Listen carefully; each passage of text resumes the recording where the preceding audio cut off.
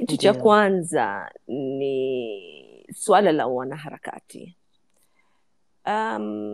Kujaribu kusema kwamba wanaharakati ni uadui wa serikali, mimi kusema la haki sijaelewa hilo, kwa sababu kuna wanaharakati wa aina nyingi sana. Kuna wanaharakati wanaotaka kufanya harakati za kutetea haki za wanawake. Haya, tutasema hao ni maadui wa serikali? Kwani serikali hawataki kutetea haki za wanawake? Kuna wanaharakati wanataka kutetea mazingira, ili mazingira yawe mema, mazingira, tusiharibu mito, tusiharibu vyanzo vya maji. Kweli serikali watasema wanaharakati wanaotetea mazingira ni adui wa serikali? Kwa sababu mimi ninavyoelewa, serikali pia hawataki vyanzo vya maji yetu yaharibike. Kwa hivyo hao wanaharakati ni wadui wa serikali. Kuna wanaharakati wanaotetea wanawake wasifariki wakienda kuzaa. Hao kweli ni maadui wa serikali? Mimi nilidhani kwamba serikali inataka kuhakikisha kwamba wanawake, takwimu za wanawake kufariki wakienda kuzaa zishuke. Kwa hivyo wanaharakati hao sio maadui wa serikali. Na hivyo hivyo wanaharakati wanaotetea haki za binadamu, utawala bora, utawala wa sheria, kuheshimu katiba yetu, na uhuru wa mahakama, uhuru wa chama cha wanasheria. Hao kweli rais anaanza kusema ni watu waliokuwa maadui wake? Maajabu. Really? Kwa sababu mimi nilidhani kwamba serikali yetu ni serikali iliyokuwa inataka utawala wa sheria, inataka utawala wa kidemokrasia, kwa sababu demokrasia ipo kwenye katiba yetu. Inataka utawala wa sheria kwa sababu hiyo pia iko kwenye katiba yetu.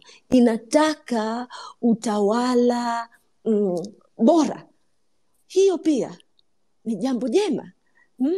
Sasa ukisema kwamba mwanaharakati TLS ikifanya harakati za utawala wa sheria, ikifanya harakati za utawala bora, ikifanya harakati za demokrasia, ikifanya harakati za uhuru wa mahakama, ni maadui wa serikali? Really? How do you say that as a president? Itakuwa vipi adui wa serikali?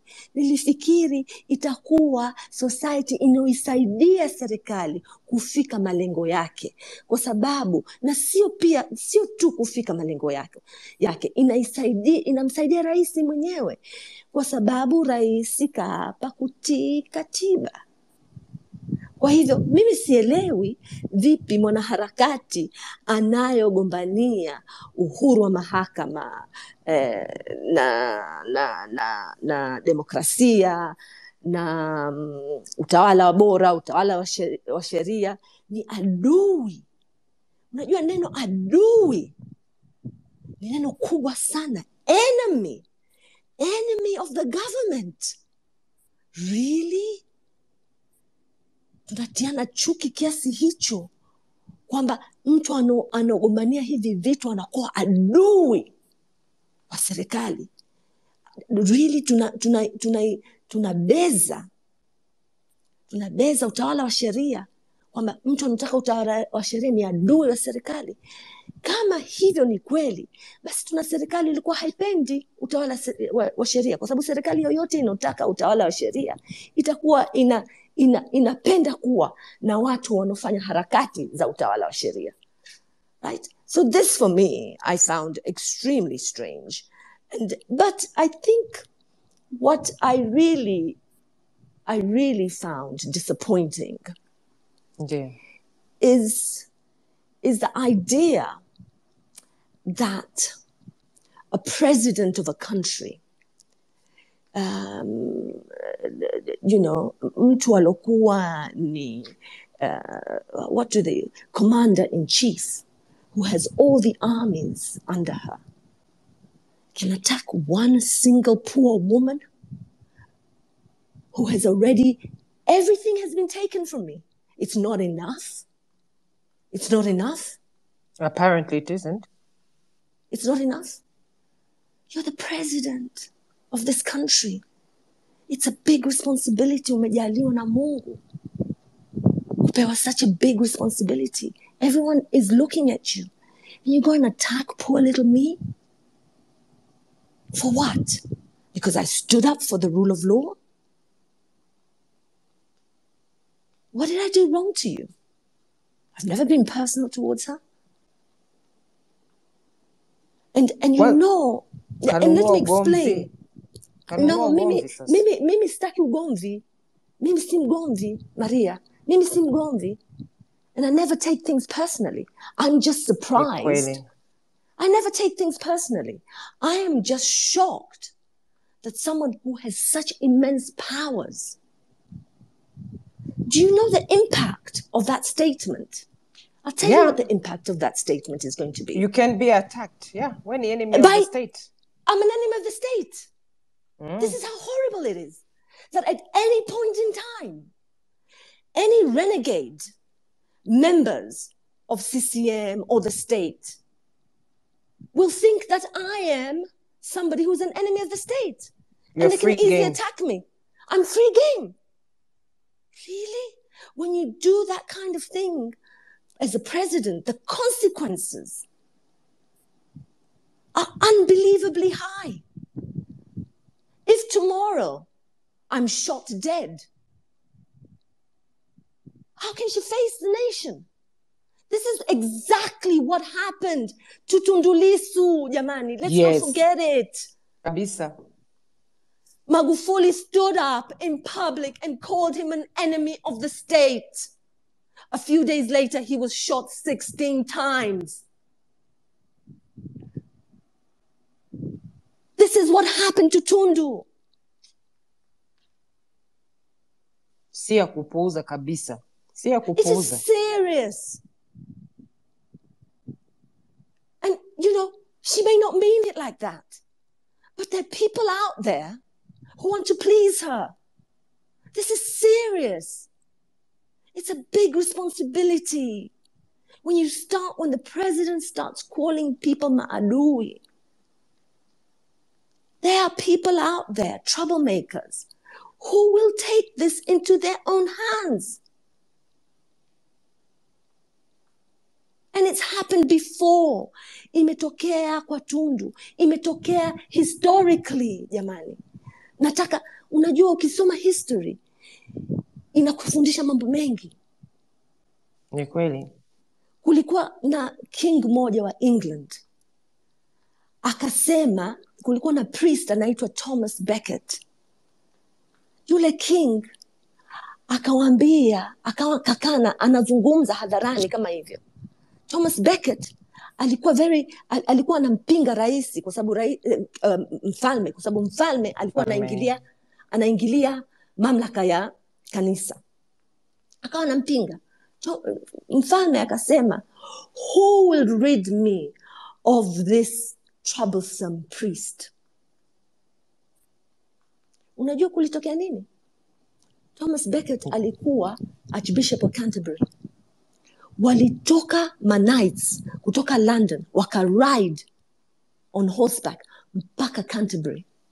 Wakaenda wakamuua. Not because the king said, kill him. Because the king said, he is my enemy. Wakarudi, alivyosikia king, he was heartbroken. Because actually, he didn't hate Thomas Becket. He didn't hate Thomas Becket. He was just frustrated that Thomas Becket didn't want him to interfere in the church. And out of frustration, he said, Thomas Becket is my enemy. And stupid people, troublesome people, took that in their hands. And he was heartbroken. He lived with guilt all his life. We have to be careful when we call people maadui. We have to be very careful. And it makes me sad. It makes me sad. Hasa ukiwa kiongozi. Because your responsibilities are so huge. And they are troublesome people who will be prepared. They will think kwamba kufanya harm is pleasing you. Na tunaita machawa hawa watu. And you will live with that regret all your life. That is all I have to say on that subject. As a leader, you have to be careful when you call people maadui wako, maadui wa serikali in public. We have seen the consequences of that. In 2017. We saw the consequences of that in 2017. Mtu alivyoitwa adui wa nchi. A few days later, he was shot 16 times. And that's why I'm sad. Pole, but don't be, tupo pamoja. Usijali kabisa shangazi, tuko pamoja. Yeah, as always. But you know, it's careless. It's careless. It is. It's irresponsible and it's careless. And it's putting people's lives at risk. Kabisa. Yani sasa hivi risk wako imekuwa kubwa, kwa hiyo please do take care. Well, I mean, you know what? You know what? I live my life. I'm not scared. They want to kill me. Let them kill me. Mungu atakusaidia. Mungu atakusaidia. But it is a sad state of affairs. It is irresponsible. Because mimi ni mtoto wa mtu, na ndugu zangu, na baba zangu, na familia yangu. You know, you don't call me an adui. Afu adui wa serikali. I've never. Because what, I stand up for the rule of law? I don't deserve that. I don't deserve that, Maria. No, you don't. Happiness, nimeona Happiness amekutweet sana mpaka kaomba mic. Happiness, njoo. Naona mpaka umeomba mic uchangie. Kuna kitu najua kimekukaba unataka kuchangia. Karibu. Kwanza yani nimeona hata niache kuendelea to make the turkey because it's Thanksgiving here and then Brazil is playing. Happy Thanksgiving. Yani I'm heartbroken, lakini naomba tu nimwambie Fatma, this is I can't even fathom statement kutoka kwa mtu ambaye anatakiwa kuwa ni mtu anafariji, you know? And what is reminding us ni kwamba hawa watu ni watu wale wale. Nothing has changed. Okay? She has the audacity to speak publicly. Now, Fatma, you're trying to cut her off the hook. No. She knows what she's saying. She knows exactly what she's saying and what she means. She's sending threats. Lakini, I'm just saying we're not going to allow kwamba turudi kule kule. Right now, as I speak now, waomba watu wangu wa diaspora, we have to really collaborate. We need to send a message kwamba Tanzania is gone back to where it was. Hakuna kilichobadilika. It's all a game. It's all a show. Kwa kweli now, like, we have to wake up. We can't continue like this. Kwa sababu we are gambling.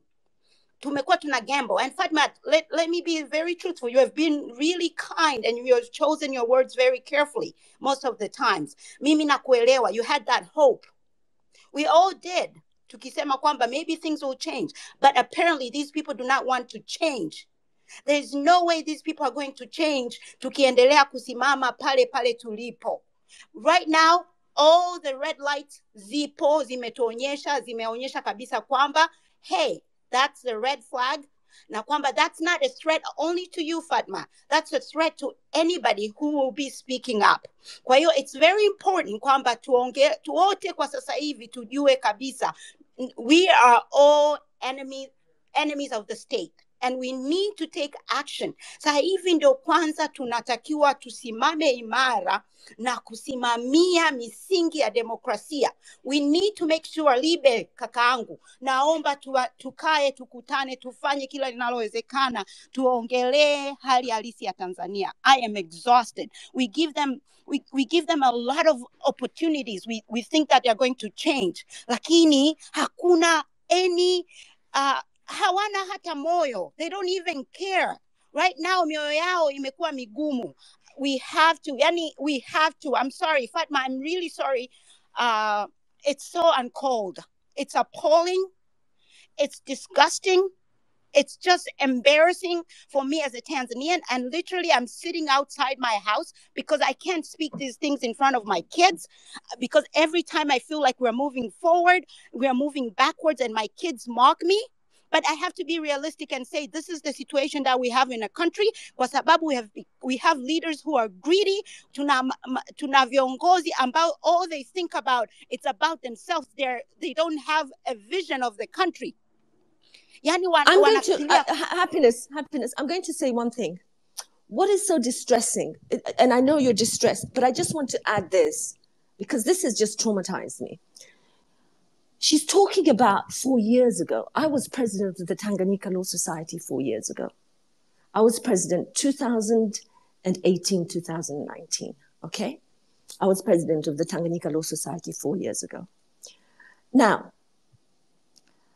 I want her to know that my children have gone through a lot of trauma. A lot of trauma. I have children, and they have suffered a lot of trauma. My son doesn't want to come back to Tanzania. And I'm crying because she can never imagine the trauma.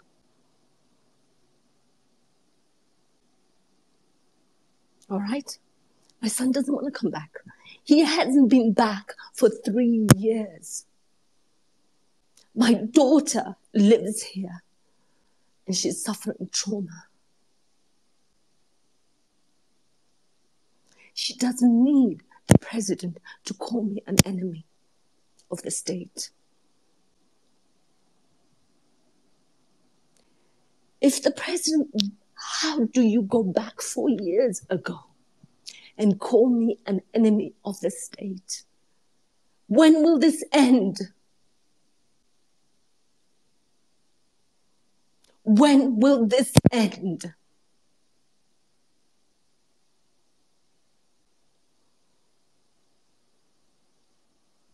When I'm eventually killed? That's when it'll end?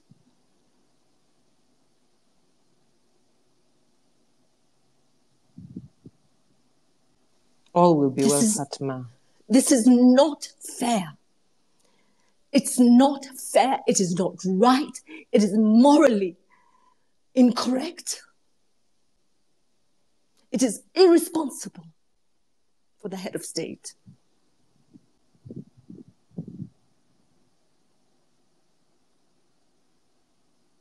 And it is not acceptable, because we all have families, with people who love us, who care for us. And the ones I'm most concerned about are my children. And I want to ask one thing of the president. Mimi ni adui wa serikali kwa kufanya lipi? Which was so bad. For sticking up for mashehe, waliotiwa ndani Zanzibar. She became president, kawatoa. So I was right. For sticking up for Mbowe, kamtoa. I was right. For talking about the abuse of power by the DPP, kamtoa. I was right. Watoto wa kike kurudi shule. Watoto wa kike kurudi shule. Kawarejesha. I was right.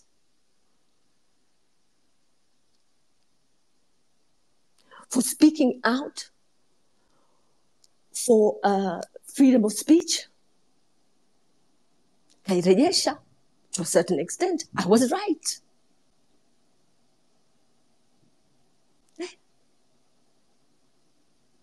For complaining about Feleshi, kamtoa judiciary, kamfanya attorney general. I was right.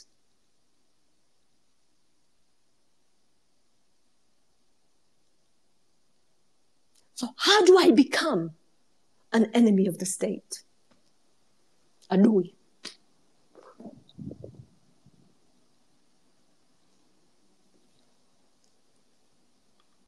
Yeah? How do I become an enemy of the state? Hatari sana. It's Because you're very sad. smart. Because you're smart, you're intelligent, you're compassionate, and they can't stomach that. That's their only reason. They want you to be as evil as them.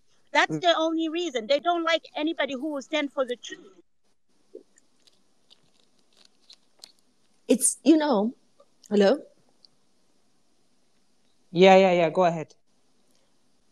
You know what, Happiness? It's very painful. It's very, very painful. It's very painful because, you know, when you think about it, what am I? One lone woman with one voice and 1 million Twitter followers. I don't have an army. I don't have security. I don't have TIS looking after me. Just one lone woman without a job because they took even that away from me. And she insists that she would do it. If she had the chance, she would do it all again. That's what she's saying. No. Well, she said she will bar people. So it's, if you cross her, she will bar you. Okay. And it doesn't matter where you go. Okay, you've barred me. I haven't gone anywhere to come. I haven't gone to any court, international court. I said, keep the license. Keep the license. It's fine. Keep it. It's not enough still. It's still not enough. What do you want from me? What is it that you want from me?